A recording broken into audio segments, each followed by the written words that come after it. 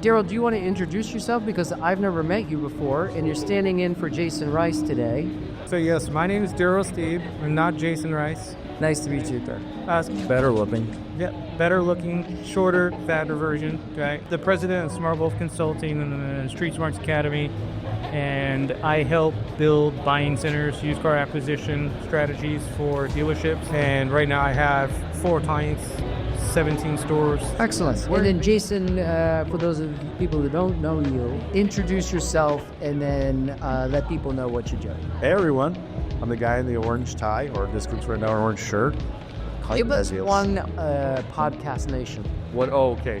Hey, what's going on, Podcast Nation? This is Jason Harris. If you had to pick 3 things for a dealer to focus on when you're working for them, what are the 3 things that you start a dealer with if they hire Jason Harris? Well, I mean, I think this is probably true for even like me and Darrell and stuff like this. But I think Darrell and I have had this conversation before, right? I mean, when you really think about a dealership's operations, holistically, it usually falls into like 3 categories. Okay. Right? It's people, process, and technology. Okay. And usually if there's some operational issues, like maybe something's just not working well or a department's maybe not performing as well as they thought, it's usually one of those 3 categories is out of whack. I mean, you see the same too, don't you, Darrell?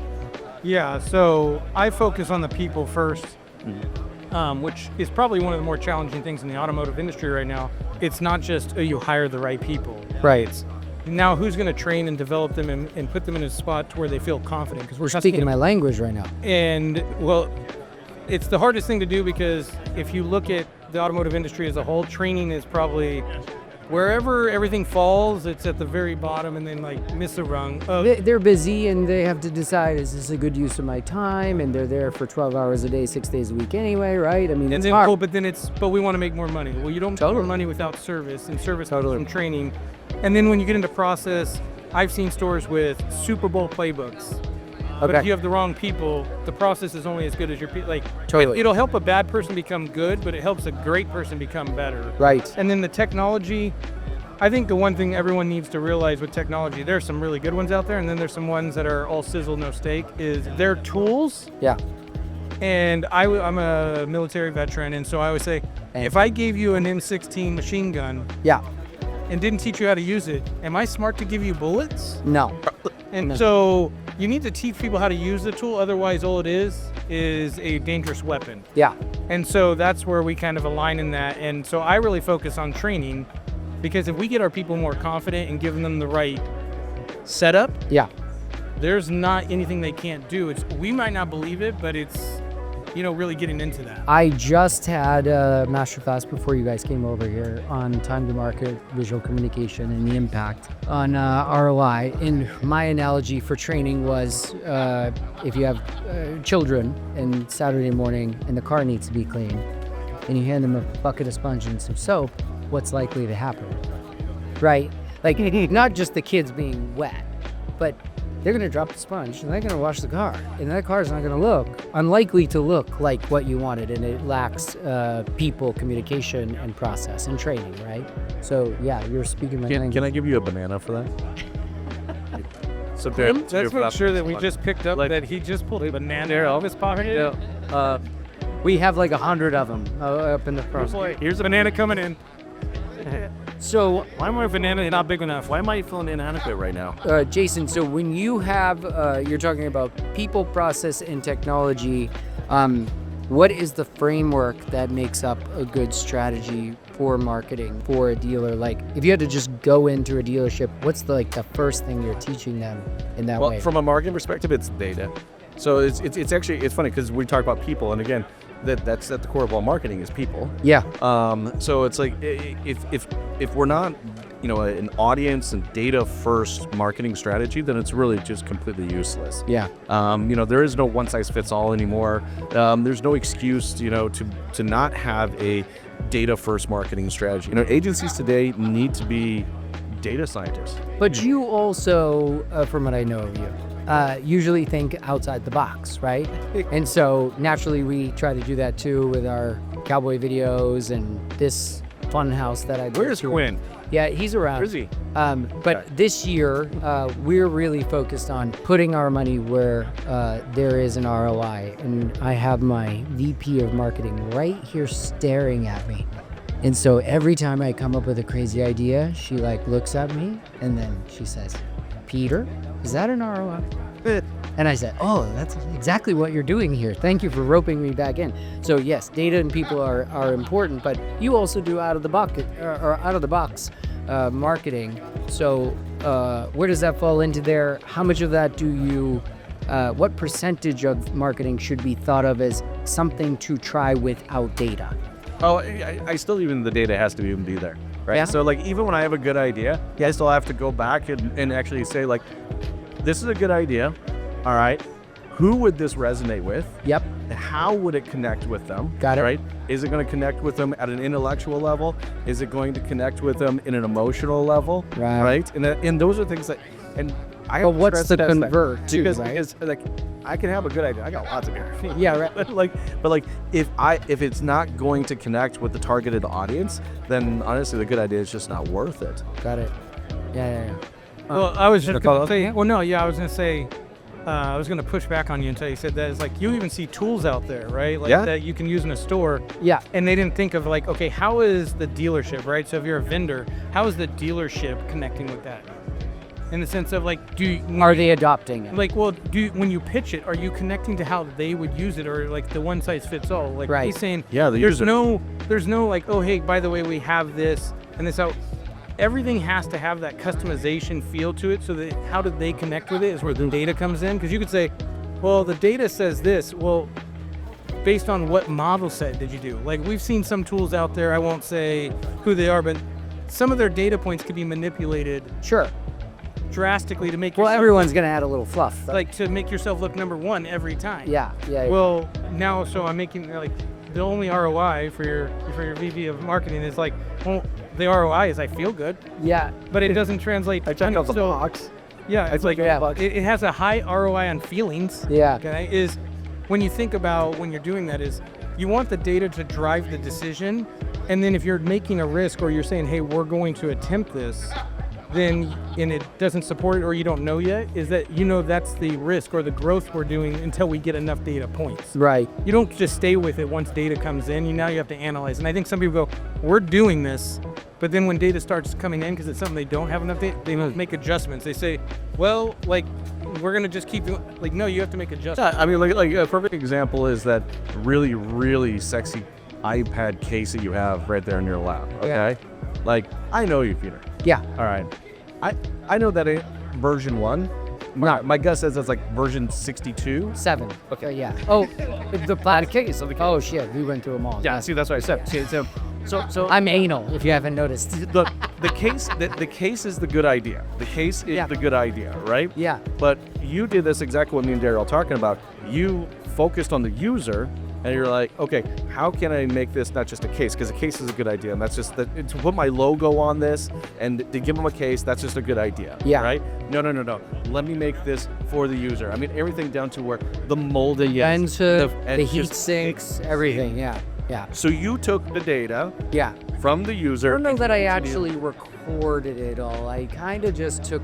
It was in his feelings bucket. It was in his feeling about it. Yeah. Well, you were your own user because you were doing this yourself. Intuition. To get the Calculated guesses. Yeah. So tell us. So you said you have a good handful of clients. Are they mostly in the Sacramento area, or? No, all of it. Kansas City, Pennsylvania, Nebraska, California, and now Texas. And what do you do for Everything that around Group specifically? 66. Like, where do you start? If I'm a dealer, I get to you. What do you do specifically? So, this is a great question. This is definitely not the soup question. So, the first thing is that I ask this question, which oddly enough, dealers always like it direct. Like, I always tell people I'm not overly kind, because when I go in there, I'm going to ask them very hard questions. Yeah. And so people think like, oh, you're like rude or you're direct. No, Why are you being funny. rude? Yeah. Like, they always invite me back because I'm not the one telling them yes. I'm telling them all the things that they can make more money. Right. So I always have that conversation of where's your goal?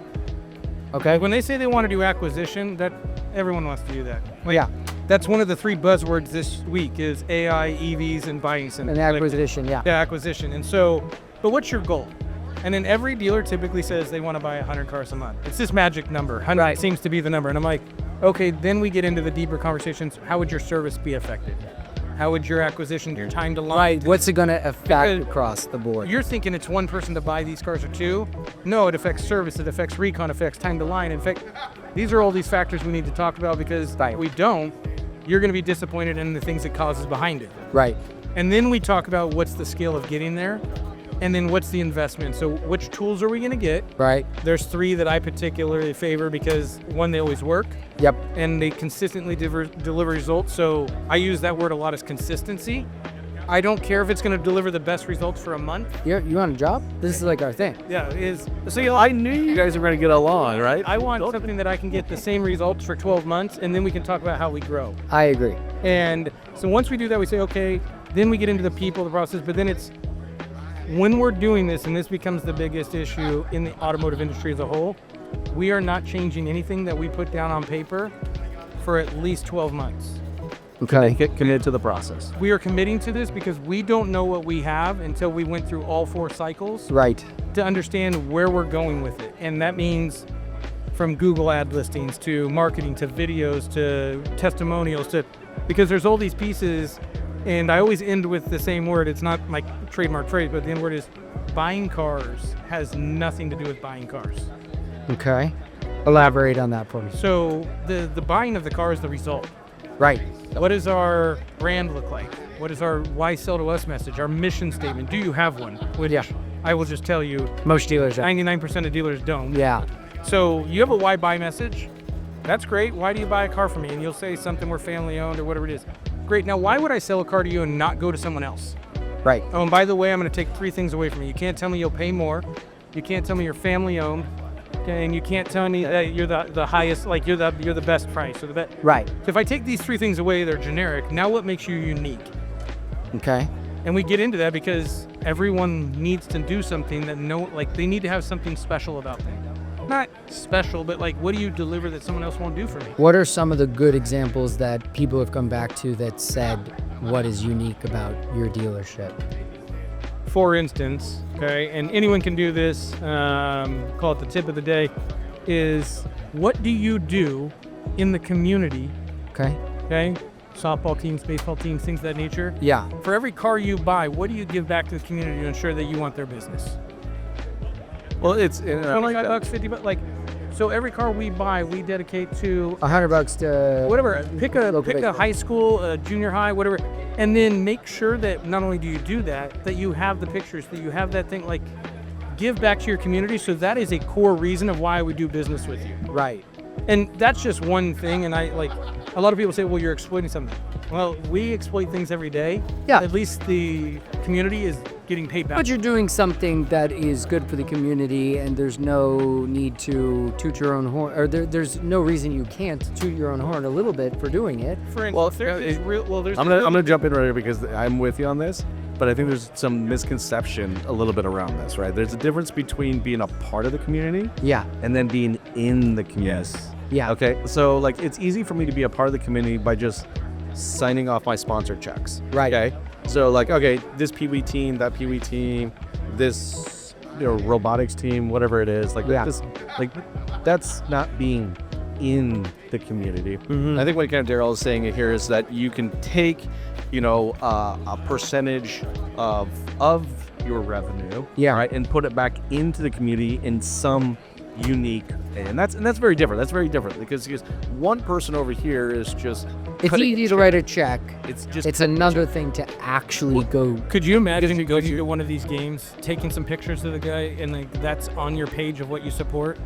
Or you do an article, because we have ChatGPT, so you don't even have to be smart anymore. Yeah. And you say, write an article about Joey.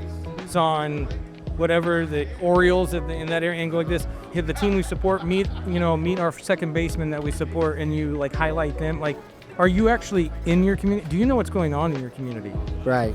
Or do you just want them to come do business with you because it benefits you? that deserves a banana. And that's where I focus is dealers in today's market understanding feelings and thoughts and all these interesting new unique things that have come into the fore is, are we still trying to push our agenda, or are we now learning that we have to solve the customer's problems. Okay. So when we push our agendas, we're trying to sell you a car. It's all about us. It's all about our bottom line. Right. Well, what if you said, you know what, I'm not going to worry about my bottom line. That is important. I'm not going to say don't do that. But we do that in a way that we are now going to answer questions and solve problems and give back or do something unique to where it fulfills our agenda. Okay. Our agenda is number 2 to what the presentation is. That's sort of like the, are you familiar with Alex Hormozy? Yep. Yeah. So he's very give, and you will eventually get More deposits equal more transactions. Yeah. So I did a masterclass on time to market, like I said earlier, and I'll do it a little later this afternoon again. But that was the idea here, is to just go, hey, let me help them understand. And before we got here, I had a conversation with our COO, Cameron Walker, and I said, I wonder though, am I just repeating something that dealers already know? And he goes, you just never know.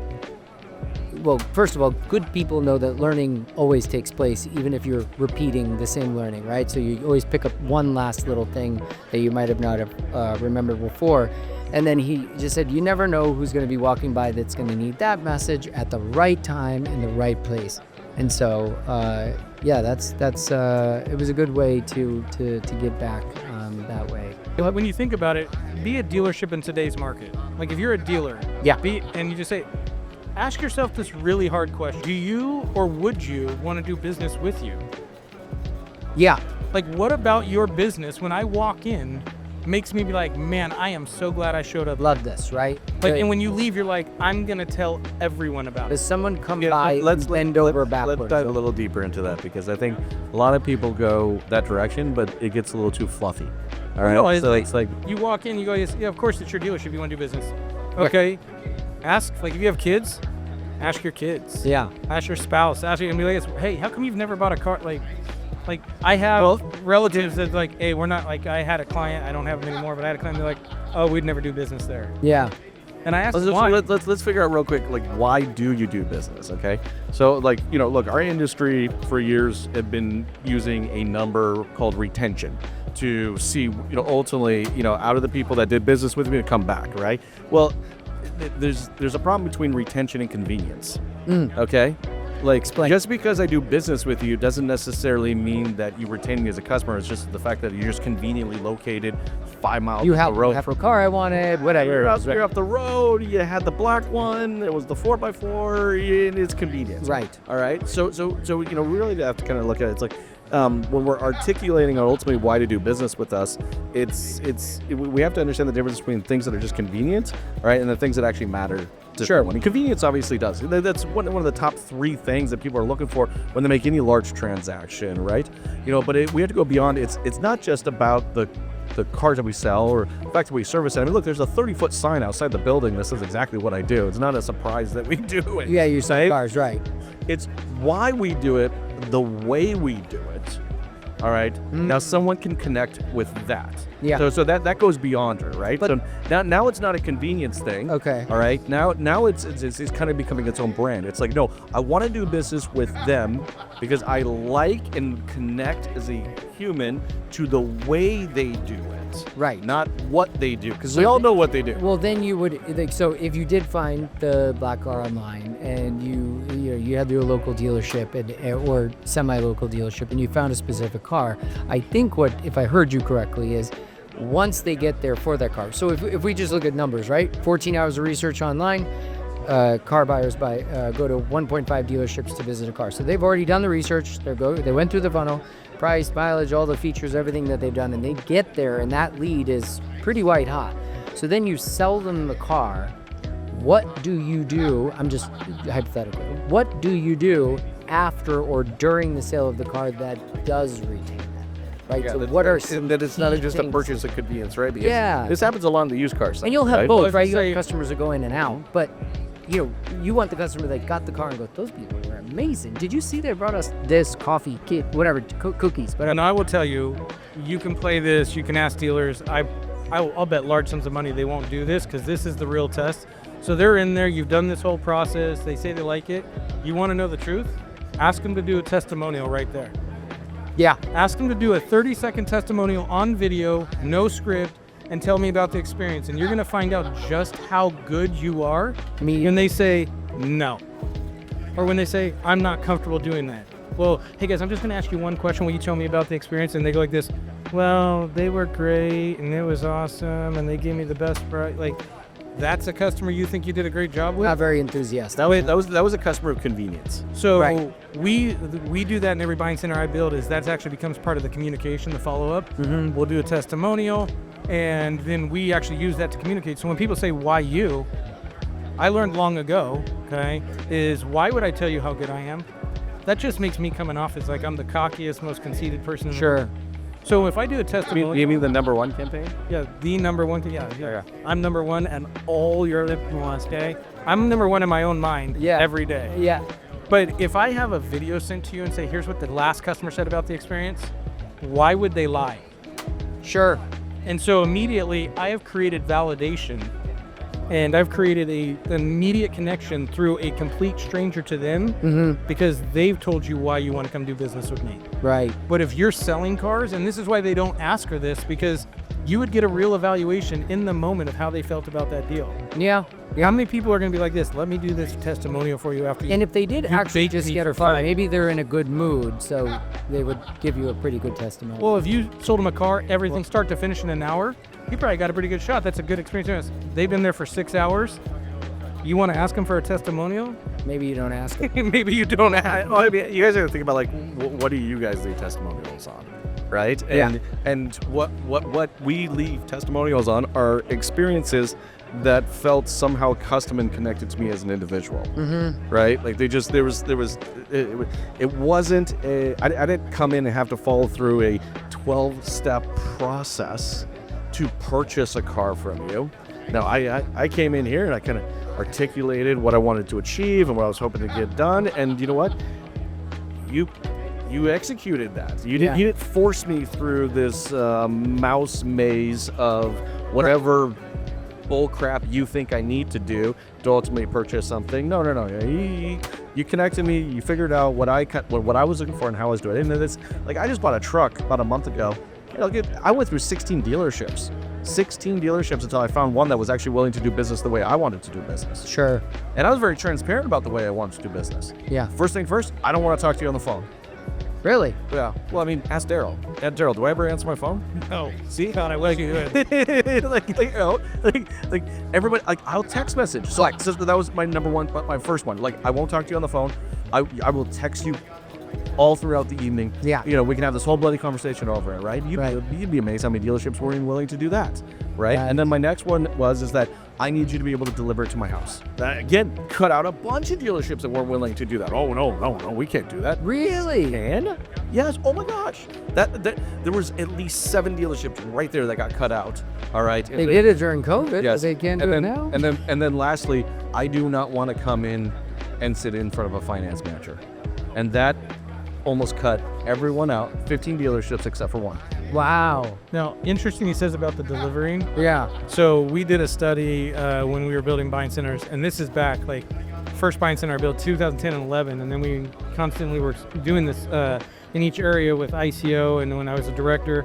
And oddly enough, if you offered to go to someone's house, so say we'd come to you, we would do this, 90% or more would say no, but the fact you offered it Yes. was a service component. It was a differentiator. It shows your willingness.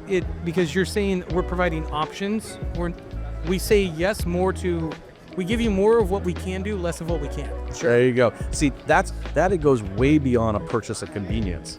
Now what it is, I'm purchasing for this experience. Right. Right? Because I'm not being told what I have to do and what line I need to get in and what forms. No, it's like I'm actually getting an experience that's literally customized. No, that makes sense. And from a training standpoint, I was going to say, the reason we would train people to give options or more things, think about it like this if you're a sales guy with no training. So everybody that's working pretty much in the dealerships, right? They get hired, they get like a week of training on the things, and then you're like, okay, go to Luke. If you said, okay, yeah, we would come to you, we would do this, we would do this, we would do this. What happens? Just hypothetically, go down this road when they call the next dealer, because they're going to research a couple dealers. Sure. Case in point, what he did. Now he's a little bit more finicky. He went to 15 dealers to go. That's a lot of dealers. Here's the thing, I didn't want to. No, but I'm saying That's just what had to happen until Yeah. I found one that was willing to do it my way. he says, this is what I'm looking, or I say, hey, this is the things we offer. And he says, okay. Now he calls the next one to see about a better deal, or because he's going to shop, right? And then what am I going to do as a customer? Hey, I'm just curious. Would you come to my house? Do you do this? I have put questions into the consumer's pathway to ask my competitor. And when they say no, I've put myself back into the conversation. Okay. But if you don't give them things to then compare you against, Yeah. now you are only selling price because you have nothing else to talk about. Well, you're only selling price and product. That's it. So You're trying to sell experience as well and convenience. But you didn't give them anything to question why there's a better deal there. I mean, come on, guys. How much, let's say, better service or exponentially more of an experience have you had in a meal at a restaurant Someone's extra nice, versus buying a $70,000 vehicle? Like the food comes out thick. Right? Yeah, right. All those little things. There's a level of attention. There's a level of just, it's of excellence. I'm trying to think there was something that I did recently where I had a good experience buying a product or something, and I was just blown away. Maybe it was when we were making this video for the cowboy video, where they just it was the editing team. Like they, I can be pretty picky, right? So it's like, do this, do this, do this, do this, and they go, no, go back. And they were out of Mexico actually, and man, did they just want to do everything. They never complained. Usually you can hear it in an email if someone's getting testy with you. Never happened. It was just always like, no problem. And they just went back and did it until we got it right, and we got something great. So, well, I think. Someone's definitely having a party right next to us. We should wrap this up too, by the way. But I know we're getting towards the tail end of it, but I just wanted to go just one last comment on that. Sure. Because, I think it's actually built into our DNA to actually know when someone's trying to, like when we know it, feel it. When you're thinking about that too, when you're talking about if you're going to screw us, you're also one of those things that's why I was when we talk about digital retailing and we're like, oh, that's going to take over it'll never take over the business because people want to connect. Yeah. Is when they connect with you or they feel like, hey, this person's listening to me, or they're making me feel important. Yeah. That's where it comes into, and so a lot of things I do, I don't know if it translates to sales as much as do an acquisition, is try to have a conversation with a customer and don't tell them anything. Give me an example of what that looks That's like. some next level ninja stuff right there. It sounds like ninja stuff, but can you explain it without giving away this? I see you're selling your car. Is it still available? And they say yes. Yeah. Great. Is there a particular reason why you're liquidating this vehicle? I'm only going to ask you questions. Well, Just questions. I'm never going to tell you what I do. I'm going to ask you questions, which is going to then in turn get me to get you to tell me how you want to truly, you're going to help them arrive at the decision. But what do salespeople do typically?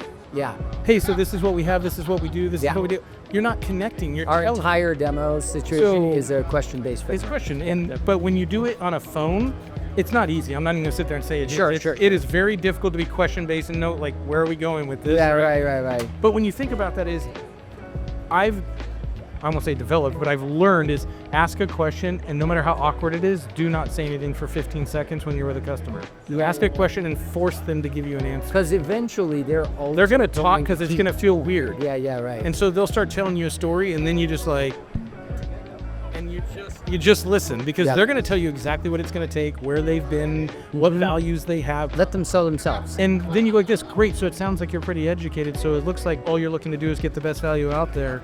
And if we're able to do that for you, you'd be ready to go right now. Did you want me to come to you or did you want to come to us? Right. And they're like, well, what would your value be? Well, we're beating that. How much do we need to beat it by for you to feel comfortable? Right. Well, you start asking all these unpredictors and then they will tell you. And what I've learned is how many times, and you think about this as a dealer, how many times do you get to say no to business? The way we train today is so flawed that we train to be told no.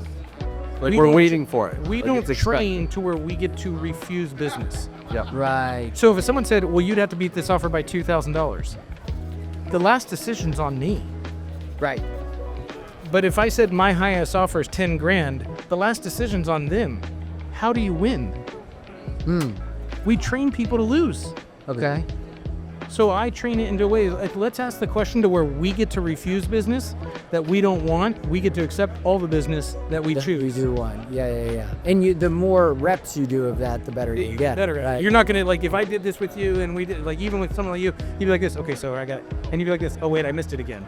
Because you're just not used to, like, you're used to saying, okay, so does that work? Yeah. No, they're going to say no. Who's going to say yeah? Like, Right. But if I go, what Makes would it sense. take? And they give me their number, Yeah. I get to say whether or not they're wrong. Like, so it looks like you'll still be looking around.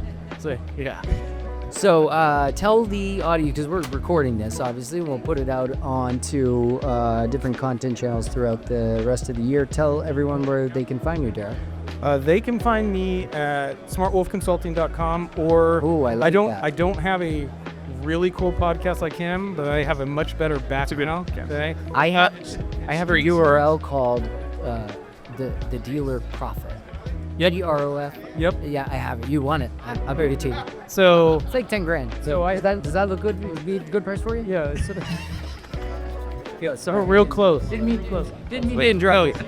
Consulting, which is what I do, where I'm a hands-on experience. I've built Academy, which is Street Smarts. Okay. Powered by Smart Wolf, which is the podcast. Okay.